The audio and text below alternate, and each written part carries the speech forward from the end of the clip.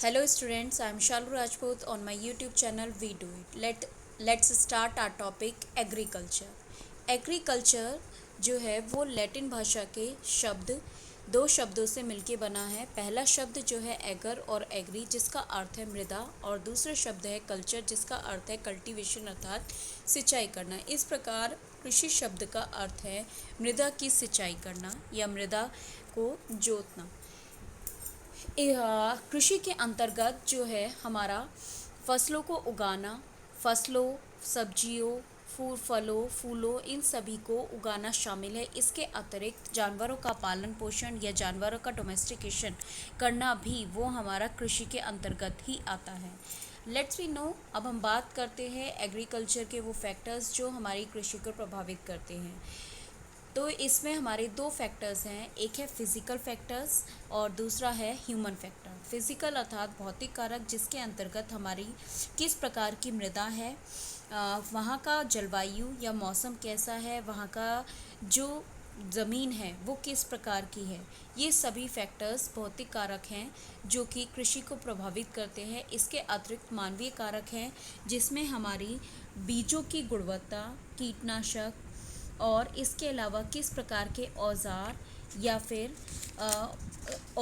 या फिर किस प्रकार के वाहनों के साधन या फिर बाज़ार की मांग और इसके अलावा सरकारी नीतियाँ, ये सभी चीज़ें जो हैं वो हमारी कृषि को प्रभावित करती हैं।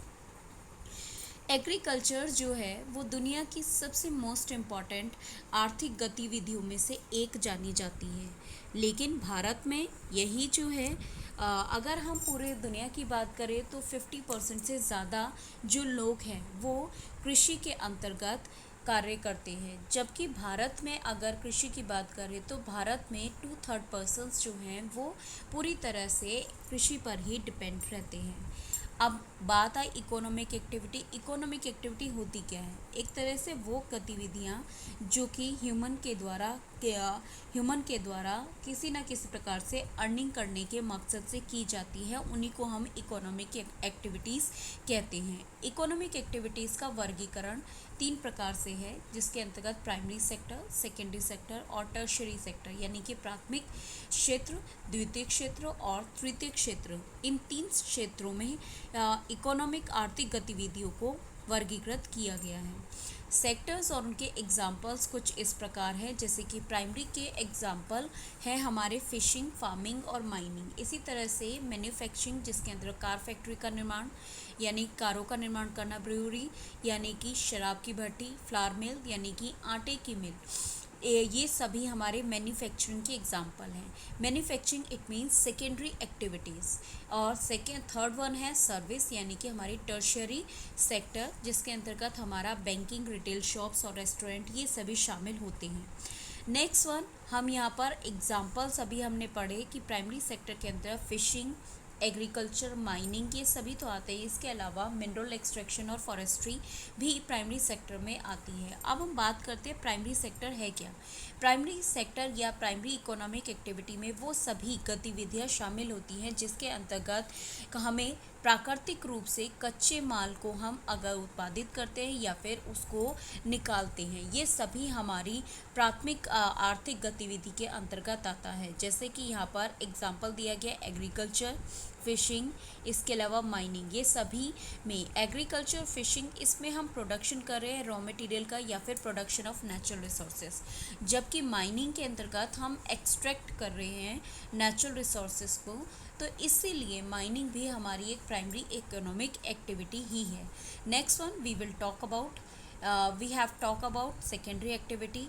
सेकेंडरी एक्टिविटीज़ के अंतर्गत हमारा किसी भी कच्चे माल को ट्रांसफॉर्म करके उसे एक नए प्रोडक्ट में बनाने को ही हम सेकेंडरी इकोनॉमिक एक्टिविटी में इंक्लूड करते हैं। फॉर एग्ज़ाम्पल अगर हम बात करें कॉटन की, तो कॉटन हमारा जो है वो रॉ मटेरियल है जिससे हम उसी कॉटन को हम एक कपड़े में कन्वर्ट करते हैं, तो जो हमें वो कपड़ा प्राप्त हुआ वो हमारा फिनिश गुड हुआ। इस प्रकार से हमने एक रॉ मटेरियल यानी कि कॉटन को एक फिनिश प्रोडक्ट में कन्वर्ट किया, इट मीन्स क्लोथ्स में।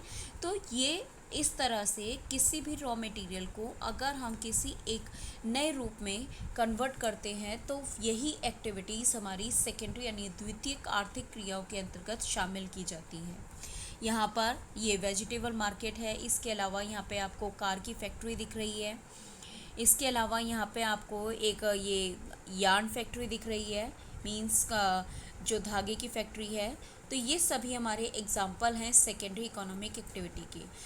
अब हम बात करते हैं टर्शरी सेक्टर यानी तृतीयक क्षेत्र की। इसके अंतर्गत वो सभी गतिविधियाँ शामिल होती हैं जो कि प्राथमिक और द्वितीयक क्षेत्र को किसी न किसी तरह से विकास करने में मदद करती है। इट मीन्स कह लीजिए कि ये इन दोनों सेक्टर्स को अपनी सेवाएं प्रदान करती है बजाय कि किसी सामान को प्रदान करने की। तो इसीलिए इसके अंतर्गत इसे सर्विस प्रदान करने के कारण इस सेक्टर को सर्विस सेक्टर के नाम से भी जाना जाता है। फॉर एग्ज़ाम्पल यहाँ पे आप डॉक्टर के पिक दिख रहे हैं, पुलिस दिख रहे हैं, इसके अलावा आप यहाँ पे एक कॉल सेंटर दिख रहा है, एटीएम दिख रहा है, ट्रांसपोर्टेशन दिख रहा है। तो ये सभी हमारे जो किसी न किसी रूप में, जैसे डॉक्टर है, नर्स है, ये सभी हमें किसी न किसी रूप में हमें सेवाएं प्रदान करते हैं। इसी प्रकार से एटीएम के ज़रिए से हमें जो कैश को निकालने की सुविधा मिलती है, तो ये भी बैंकिंग सेक्टर के अंतर्गत हमारा टर्शरी सेक्टर के अंतर्गत ही इंक्लूड होता है। इसी तरह से ट्रांसपोर्टेशन भी हमारा टर्शरी सेक्टर के अंतर्गत आता है, क्योंकि ये हमें एक जगह से दूसरी जगह सामान को लाने और ले जाने की सेवाएं प्रदान करते हैं। टर्शरी इकोनॉमिक एक्टिविटी के अंतर्गत हमारे कुछ एग्जाम्पल्स हैं। इनको कुछ इस तरह से इनकी कैरेक्टरिस्टिक्स के आधार पर, विशेषताओं के आधार पर इनको कुछ इस तरह से डिवाइड किया गया है, जैसे कि trade and commerce, transport, services and communication. Now it's a time to know about the interesting fact. 1777 के दौरान में जो वीट थी वो किस रूप में उगाई जाती थी? एक हॉबी क्रॉप के तौर पर, यानी कि एक शौकिया तौर पर गेहूं की फसल को उगाया जाता था। दूसरा इम्पॉर्टेंट फैक्ट कि हम जो आज के समय में ओट्स जो इस्तेमाल करते हैं, ह्यूमन के द्वारा ओट्स का कंजप्शन केवल 5% है, जबकि इसका सबसे ज़्यादा कंजप्शन कौन करते हैं?